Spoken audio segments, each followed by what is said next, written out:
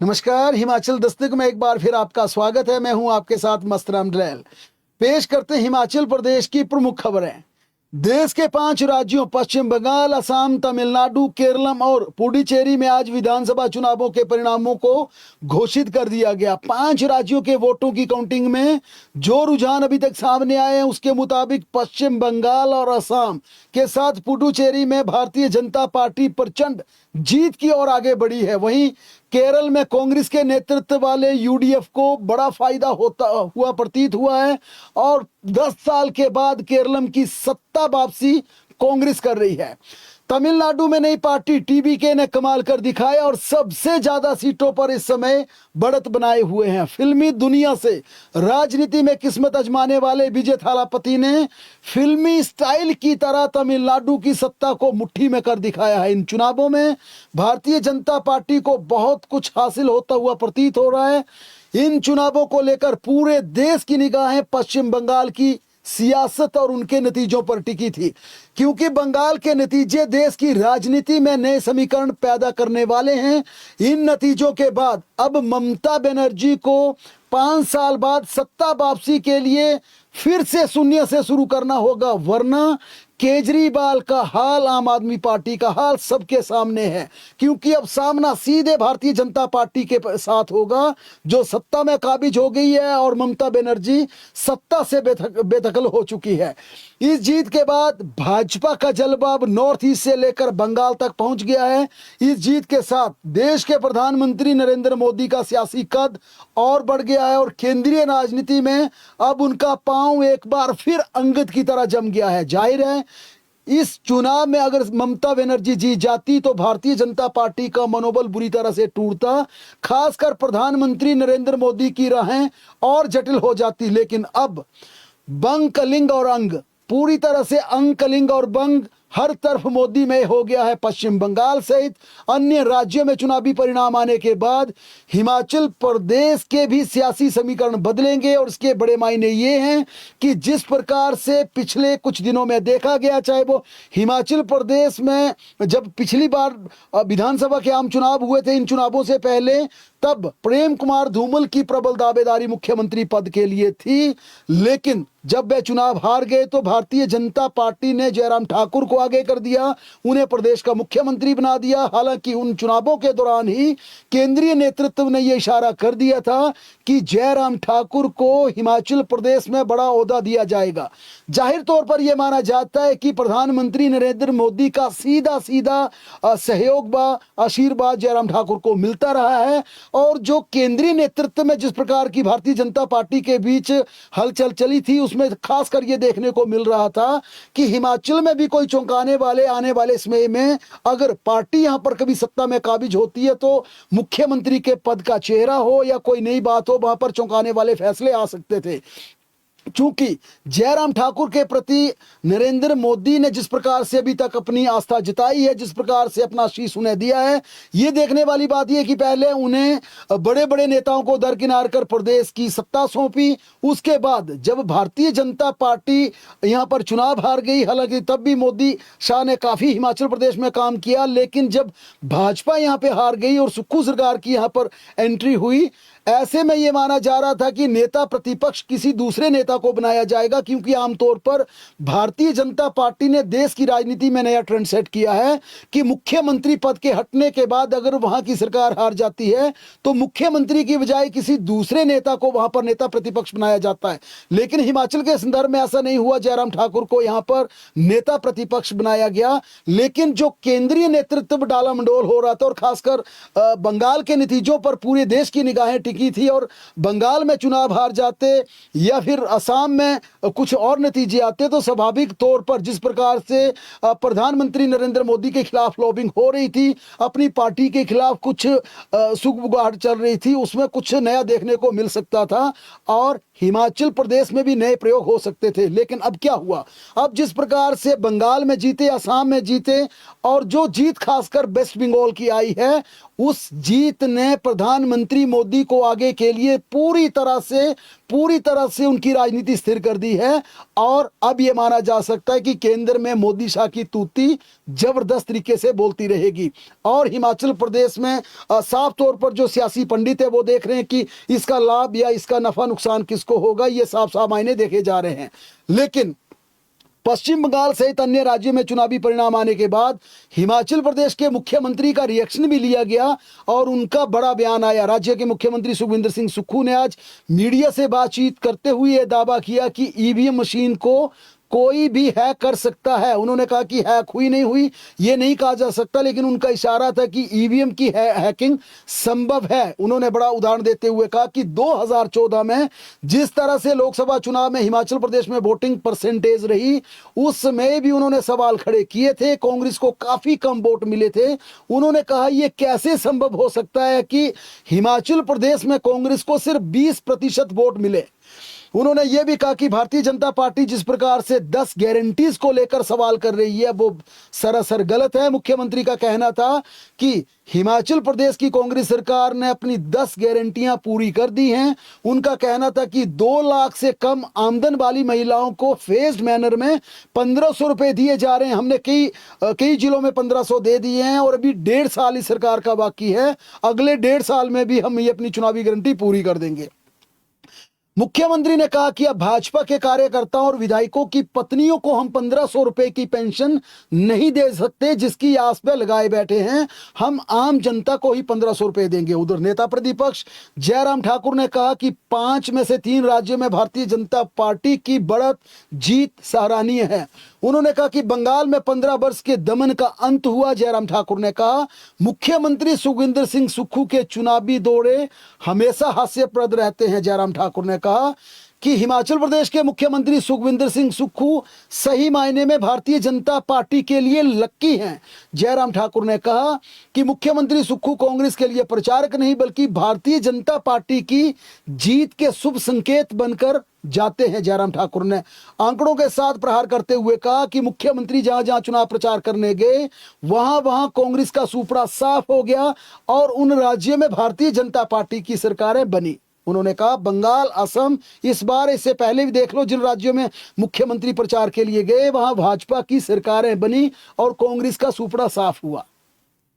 कल से सीबीएसई स्कूलों के लिए प्रिंसिपल काउंसलिंग शुरू होने जा रही है। सुबह 9 बजे से काउंसलिंग प्रक्रिया शुरू हो जाएगी। काउंसलिंग के लिए शिक्षा निदेशालय ने मेरिट पर आए 330 प्रिंसिपल बुलाए हैं, जिसमें से सीबीएसई स्कूलों में 147 पद भरे जाएंगे। प्रिंसिपल के पदों पर काउंसलिंग प्रक्रिया 2 दिन 5 व 6 मई तक चलेगी। अगले महीने हजारों टीचर्स की हिमाचल प्रदेश में तबादले हो सकते हैं। 157 सीबीएसई स्कूलों से एचपी बोर्ड के शिक्षक रिलीव हो जाएंगे। ऐसे में हजारों की संख्या में टीचर्स के रिलीव होने के बाद दूसरे स्कूलों में उन्हें एडजस्ट करना पड़ेगा। स्कूल शिक्षा निदेशालय ने जिला उपनिदेशकों को पत्र जारी कर सीबीएसई स्कूलों में सेवाएं दे रहे शिक्षक, गैर शिक्षक व अन्य कर्मचारियों की जानकारी मांगी है और साथ में निदेशालय को कहा है कि अब जिन अध्यापकों की आगे एडजस्टमेंट होनी है, जिनके तबादले होने हैं, जिन्हें दूसरे स्कूलों में शिफ्ट करना, उनकी बाकायदा प्रपोजल बनाई जाए। और माना जा रहा है इसकी संख्या 6 से 7 हजार के आसपास हो सकती है। और यहाँ पर हिमाचल प्रदेश में पंचायत चुनावों के बाद यानी चुनावों के समाप्त होते ही, आचार संहिता के हटते ही जून के पहले सप्ताह राज्य में सबसे बड़ा तबादलों का बुलेटिन शिक्षा विभाग का आएगा और ये जून के पहले सप्ताह आएगा। चूंकि अभी चुनावी प्रक्रिया चल रही है, इसके चलते सरकार के निर्देश पर निदेशालय ने नीचे ये कहा है कि आप इसकी प्रपोजल तैयार कर लीजिए ताकि आचार संहिता हटते ये प्रोसेस पूरा किया जा सके। हिमाचल प्रदेश स्कूल शिक्षा बोर्ड की ओर से आज 12वीं कक्षा का वार्षिक परिणाम घोषित कर दिया गया। परीक्षा परिणाम 92.02% दर्ज किया गया। इस साल 81,417 छात्रों ने परीक्षा दी, जिसमें 74,637 उत्तीर्ण हुए। इस बार 40,828 छात्रों ने परीक्षा दी थी, जिसमें 36,888 उत्तीर्ण हुए। वहीं 40,281 लड़कियों ने 12वीं की परीक्षा दी, जिसमें 37,749 पास हुई। इस तरह से 12वीं की परीक्षा में इस बार लड़कों से ज्यादा लड़कियां उत्तीर्ण हुई और मेरिट सूची भी छात्राओं ने अधिकतर अपने स्थान दर्ज की। हिमाचल प्रदेश में शास्त्री भर्ती विवाद पर अब हिमाचल राजकीय संस्कृत शिक्षक परिषद सामने आ गया है। परिषद ने परिषद के प्रदेशाध्यक्ष कमलकांत गौतम ने शास्त्री बेरोजगार संघ को अपनी मांगें और आपत्तियां उचित मंच पर उठाने की सलाह दी। उन्होंने कहा, अधिकारियों पर व्यक्तिगत टिप्पणी करने से समस्या का समाधान नहीं निकलेगा। उन्होंने कहा कि परिषद संस्कृति और संस्कृत विद्यालयों को बचाने के लिए कार्य कर रही है तथा शास्त्रियों को हर जायज मांग को सरकार के समक्ष उठाने के लिए अब कमर कस लेनी चाहिए। शिमला के कई स्कूलों को आज बम से उड़ाने की धमकी दी गई। ईमेल के जरिए धमकी के बाद स्कूल प्रबंधन ने एहतियातन अभिभावकों को मैसेज भेजा और बच्चों को तुरंत स्कूल से घर भेजने के आदेश कर दिए और आनंद फानन में राजधानी शिमला के कई स्कूलों में छुट्टी कर दी। हालांकि इस दौरान हड़कंप मच गया। कई अभिभावकों को ये लगा कि कौन से स्कूल का थ्रेट आया है। माहौल बिगड़ता देख कई लोगों ने सोशल मीडिया पर यह पूछना शुरू कर दिया, पुलिस से जवाब तलब शुरू कर दिया। एसपी शिमला गौरव ने बताया कि ये जनरल थ्रेट आई है, पुलिस जांच में जुटी है और स्कूलों में ड्रिल की गई है।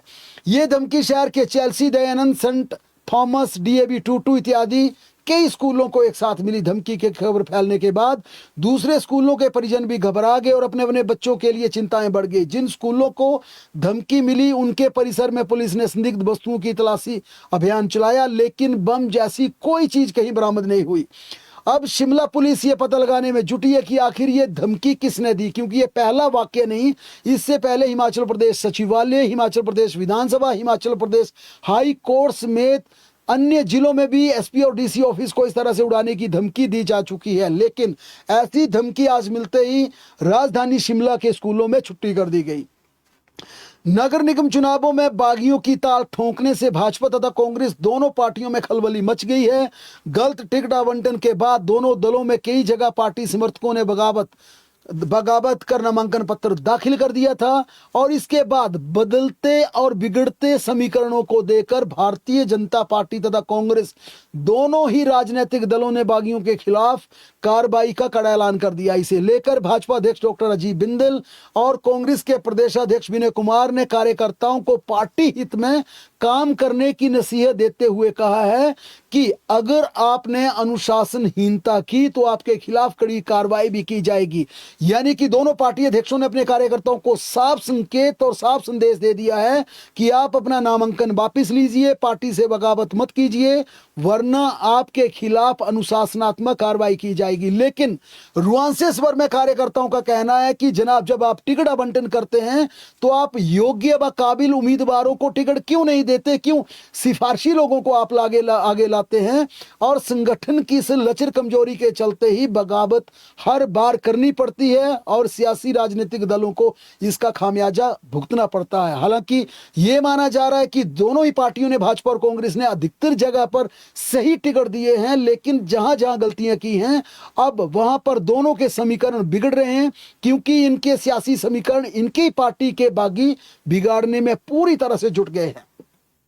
किन्नौर जिला के दुर्गम क्षेत्र की ग्राम पंचायत सिरागचा के ग्रामीणों ने एकजुटता और सशक्त लोकतंत्र की मिसाल पेश करते हुए सर्वसम्मति से अपनी पंचायत चुन ली। ग्रामीणों ने सर्वसम्मति से निर्णय लेते हुए पंचायत के जनप्रतिनिधियों का निर्विरोध चयन कर लिया गया। ग्रामीणों ने बैठक कर एक मत होकर चंद्र कला को प्रधान और संजीव को प्रधान की कमान सौंप दी।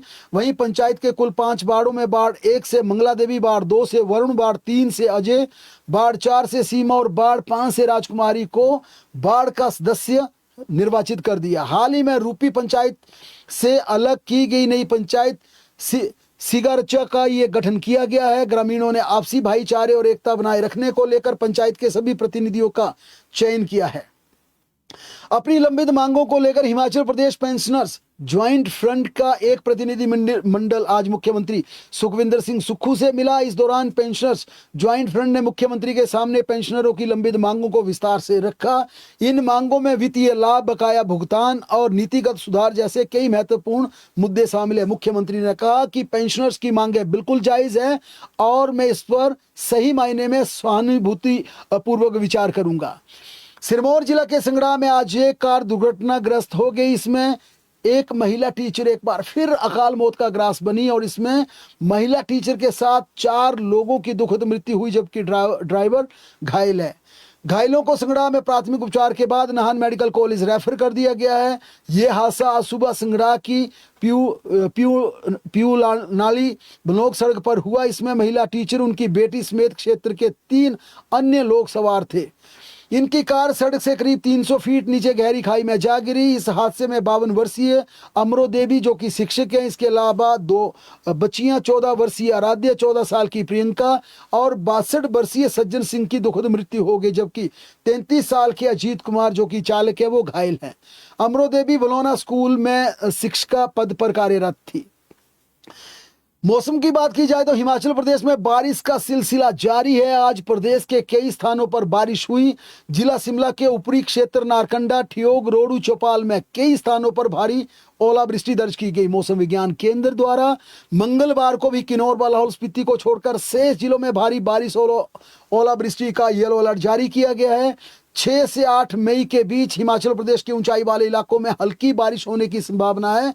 हालांकि इस दौरान निचले मैदानी इलाकों में मौसम साफ बना रहेगा। 9 मई को प्रदेश में मौसम पूरी तरह से साफ रहेगा, जबकि 10 मई से प्रदेश में फिर आंधी, बारिश व ओलावृष्टि होने का अलर्ट जारी किया गया है। प्रदेश की तमाम बड़ी खबरों के लिए लगातार जुड़े रहें हमारे साथ, देखते और पढ़ते रहें हिमाचल दस्तक।